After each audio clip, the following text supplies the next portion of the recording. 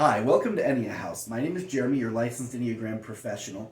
My wife Shirley is our behind the scenes magic maker behind the camera, and she's going to be asking me some questions about the essential Enneagram and how it applies to me, her, and you in all of our lives. So, what would you like to learn about the Enneagram today, Shirley? Well, how about first we set up what is the Enneagram? Wonderful question. The Enneagram, as the name suggests, is a nine-pointed figure. The name Ennea means nine in Greek, and gram as in figure, representing nine different core personality types.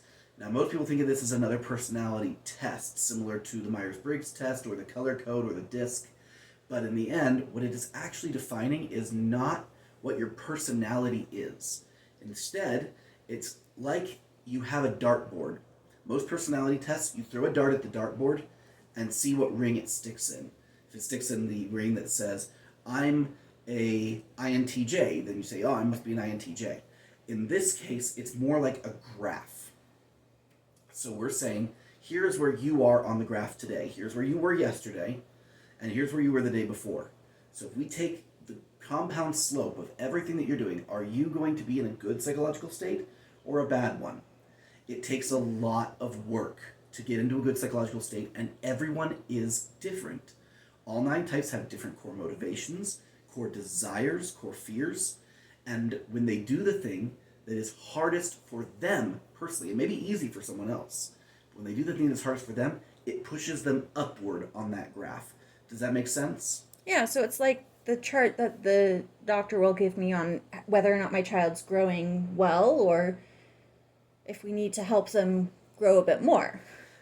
Perhaps. I would say it's more like the type of chart that says, because of the trend of how high the temperature has been, we're going to assume that the temperature is going to keep rising. And while that's not a perfect analogy because the temperature will eventually go back down again, the ideal for us is that our Enneagram personality will continue to go upward. Wow, I guess there are too many graphs to compare it to. Just had to point me in the right way. Okay, so once we know what the Enneagram is and we know where we are, what is an Ennea coach? An Ennea coach has three major responsibilities as I like to determine it. Number one is to improve ourselves.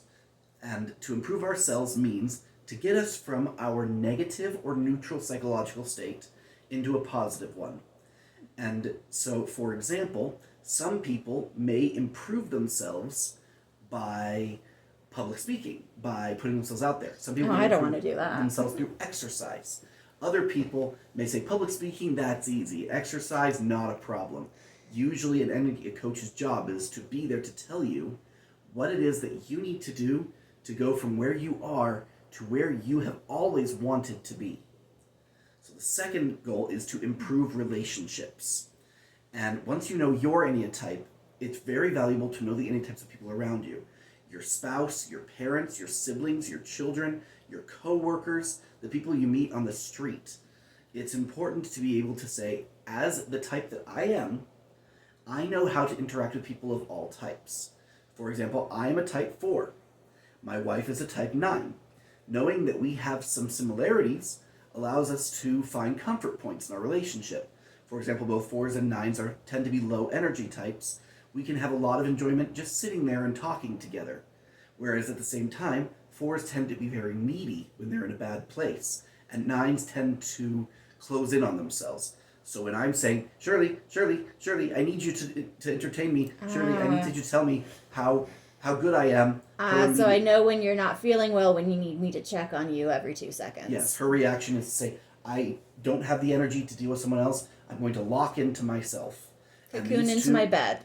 These two do butt heads with each other on that particular point. Knowing what your pain points are with your spouse and other relationships does help immensely. And the third thing I like to do is to say, improve the world. And that sounds like a very, very big task. There's a lot of people in this world. Either a big task or rather vague. Not sure which. Yeah, well, it's definitely both of those. But how I mean improve the world is this. It's not just about how you interact with the people around you. It's how you fit the role that is meant to be yours. So it's not just about an employee interacting with their employer. It's not just about a husband interacting with his wife. It's about knowing, why am I the one who was chosen for this role? Or why am I the one that my wife chose to marry? Finding your uniqueness and identity is a very four thing, but that's from my four brain. I like to identify what the uniqueness of a person is. Every type has their own way of saying, this is my place in the world. And to improve the world, what we need to do more than anything is first find what our place is in it. We are like the piece of a jigsaw puzzle that without it, we can't complete the picture. So are we an edge piece? Are we a centerpiece? Are we one of the millions of blue pieces that need to finish the sky? And sometimes we'll find that depending on the relationships, we could be all three. Or we could be any number of different things that fit into that puzzle. But somewhere we fit into that puzzle, and together, every person knows somebody else, and that somebody knows somebody else, and that somebody knows somebody else. In the end, we are all connected. And we have so many different puzzles between us that knowing where we fit in our puzzles literally improves people halfway around the world. Wow, the world really has gotten small, hasn't it? It has. And the most important thing about the world getting small is people in this modern age who rely on social media, which is not a bad thing by any means. It's a positive thing. They tend to write more to each other through social media than they tend to communicate face to face. And because of that, we cannot express our exact feelings. Knowing that your pen pal in Tibet is, say, a type 3 means that when you talk to him, you know that when he's talking about all the things that he has accomplished, means that he wants you to congratulate him for his accomplishments. It allows us in our day and age to know my target audience desires this of me, and it also allows us to know this is what I put out naturally. And so if people take offense at what I said, it's not necessarily their fault. It may be mine because I communicated the way I communicate. I need to communicate the way they hear. So some of the problems that can lead to family breakups, like issues with children and their parents, or that funny uncle who lives down the road and you just can't make any sense of him. Yes, it has been shown that though the statistics are different for every different measure, divorces, spousal abuse, child abuse, children running away from home, all the horrible things in society, people getting fired from their jobs, people quitting their jobs, these things can all be mitigated drastically when person A and person B both know their type and they both know each other's. So for example, it has been shown that for couples who are seeking to be divorced, when their counselors talk to them and say, let's talk about your Enneatypes and how you have not understood each other, that 75%, that is not a random number, 75% of those divorce cases will eventually not go to court. And so what we're seeing in society is we're very quick to give up on relationships because there are so many to be had. But the most important relationships, the more important it is, the more valuable it is to know yourself and to know the person that you're talking to. Hence, improve relationships, improve the world. Wow, it is all connected. So, I guess I'm starting to understand why I should care. It sounds like doing this is a blend of learning how you communicate, like your love language, and how you can get along with someone. It sounds like a blend of all the things that I've been taking those weird tests on Facebook for. Yes. So the main thing about the Enneagram to remember, the Enneagram has a long and storied history. It goes back to ancient Greece, and it used to be used as a kind of zoological zodiac type system. Weren't those originally used for like arranged marriages? Yes, they were mostly used for arranged marriages. Then in the early 1900s, a Bolivian philosopher named Oscar Ichazo rediscovered the Enneagram and discovered that there was value to knowing the different types. The main thing that separates the Enneagram from other personality typing systems is that the Enneagram is trinary. Most Enneagram, yes, trinary as in having 3, 0, 1, and 2 states, if you're going to use computer science terms, instead of having 0 and 1. So for example, if you take the very popular Myers-Briggs test, then it tells you are either an introvert or an extrovert. Well, can't I be a blend of both? You can be a blend of both, but the test still tells you where on the scale you fall. Okay, are you 55% introvert and 45% extrovert? Then that may mean that you're still considered an introvert. The problem is the human brain is actually broken into three major portions that govern our functionality. I always thought it was 2 points. Most people think of it as two because they think about the extreme parts of the brain. But using Freud here, Freud was the guy who introduced us to psychology. Made it popular, but my psychology teacher hated him. Yes, he made it popular. He came up with an idea that there were three major parts of the brain. The id, which is governing the basic impulses of the brain, and the superego, which governs the logical thought of the brain. He also had a third part of the brain, which is typically depicted in the middle, called the ego. But what we're going to do now is take his primitive model that got us interested in psychology and move it upwards. So now we have a triangle, which is the strongest shape. Now the ego is not going to any longer represent the middle point between id and ego. Now it's going to represent an entirely third part of the brain, which in the case of impulses versus logical thought, we're going to say those two are not actually opposites of each other. We can actually have impulses and logical thought at the same time. That also gives us a third axis, which is, in the case of ego, the person's opinion or relationship with themselves.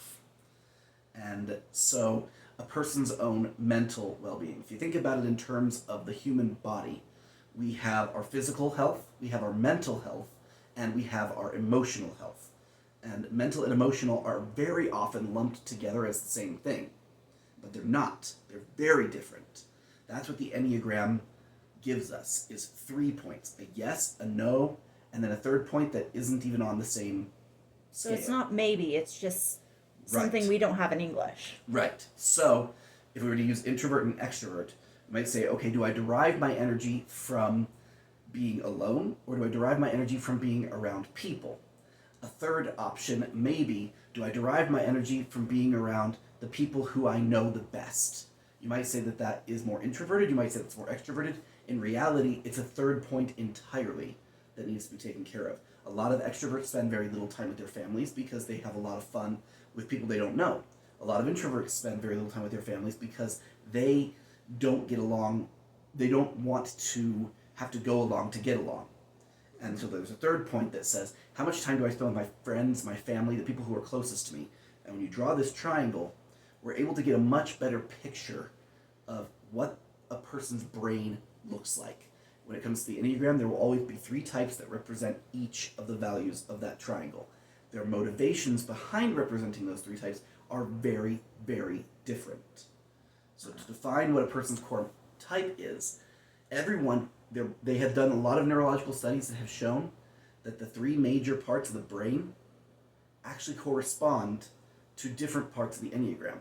Really? Yes, they've shown that the Enneagram is a neurologically proven system that gives us the ability to predict not necessarily behavior, but motivation. Motivation. So, for example, 2 people might both be introverts. One person is an introvert who spends a lot of time on his computer in his room, locked in by himself, and another is an introvert who spends a lot of time in the family room hanging around other people. Both are introverts. Why do they act differently? The one may have the core motivation of wanting personal security, while the other may have the core motivation of wanting to feel loved. The core motivations of the 9 types tend to be very simple to understand, enough that a child can understand them, but they are the defining thing behind everything we do as a person. So there are 7 billion people in the world. And you're saying that all 7 billion can be put into one of 9 categories. Yes, that's the same as saying that all 7 billion can be combined into 2 categories, male and female. Oh, and blood type. Or blood type. We have 8 categories for blood type. When we think about blood type in particular, blood type's a good one. There's lots of different facets in your blood that can make 2 people who have the same blood type not necessarily compatible. In the end, the 9 is a very general oversimplification, just like the Myers-Briggs does 16, just like the DISC does 4, or the color code does 4. The Enneagram has 9, which is again 3 times 3. The human brain works in threes, it doesn't work in twos. So what we're having here is the 9 basic types, but then we add wings, we add triads, we add stances, we add... Starts to sound complicated. Yep, in the end, we end up with over 114,000 possibilities. And that's just from the stuff that I can name off the top of my head that makes people different. And so in other words, that being off the top of your head, not off the top of your head, it's endless. yes, there is no doubt that everyone's unique situation, their unique experiences, their unique family buildup, the language that they speak, the culture they're a part of, in their family, in their nation, in their school, these things all have a direct impact. And that is one reason it's very important when we are raising children to allow children to discover their own type. Because when we know how a child is going to see different stimuli, it allows us to change our parenting style accordingly. Wow. That's good to know. I mean, our kids are still little. Maybe I have a chance. Yes. So, how does this apply to me? How do I find myself an indie coach? What type of services are there, and what's the cost? All great questions. So there's lots of places you can look online for Enneagram coaches. There are various different organizations like Your Enneagram Coach, which hire out Enneagram coaches to people to meet with them as individuals, as couples, as families, and as businesses. My personal services are a flat rate of $60 an hour. So that sounds like a lot, but it's about half of what most Enneagram coaches charge. It's less than my out-of-pocket for a therapist. Yes, but remember that there's a very big difference between an Enneagram coach and a therapist. There is? Yes, an Enneagram coach is qualified to tell you who you can become. They're trying to help you get here on your psychological journey. They're trying to help you turn your arrow upward. A therapist is not designed to do that. A therapist is there to help you stabilize whatever chemicals or situations may exist in your life that are outside of your control. So, for example, an Enneagram coach is not qualified to give you medication for conditions like depression and anxiety. I still go to my regular therapist for that. Correct. Because depression and anxiety are very real conditions. They are a chemical that in your brain does not fire the way that a normal person's might. Other conditions that Enneagram coaches may have specialty with, but do not necessarily treat, is things like autism, where it is a definite part of the brain that says this child is going to be autistic. And that definitely changes how they present in their types. Yes, it does. And it's important to know for us, but it is not our job to diagnose, and it is not our job to treat. Our job specifically is to tell a person of any type, with any background, whether they have anxiety, depression, male, female, whether they're neurodivergent or neurotypical, this is who you are at your core. And remember, there's 114,000 types, but every person, every single person in the world will always have a core type that has the dominant strength in their mind. And their core motivations will always push them upwards. So 2 9s might have different goals, but they have the same motivation behind those goals. Correct. And because they have different goals, their path may look different, but their end point will be the same. The idea behind the Enneagram coach is that our jobs is to tell people what they need to do. And so in many cases, that's telling people to do things that is the hardest for them. First, we have to identify a person's type. We have to help them recognize that type in themselves. We have to help them recognize how their type fits into their family, into their work, into the world.